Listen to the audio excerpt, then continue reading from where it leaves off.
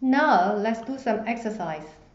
I'm going to say the Chinese word, one syllable, one word, and you write down the tone of each word.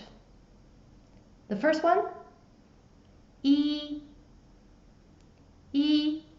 The second one, er, er. The third one, shi, shi. The fourth, wu, wu. And the last one, le, le. Now let's find out the answers. The first one, yi, is a flat tone, the first tone. yi. The second one, er, er, the fourth tone. The third one, shi, shi, is the second tone.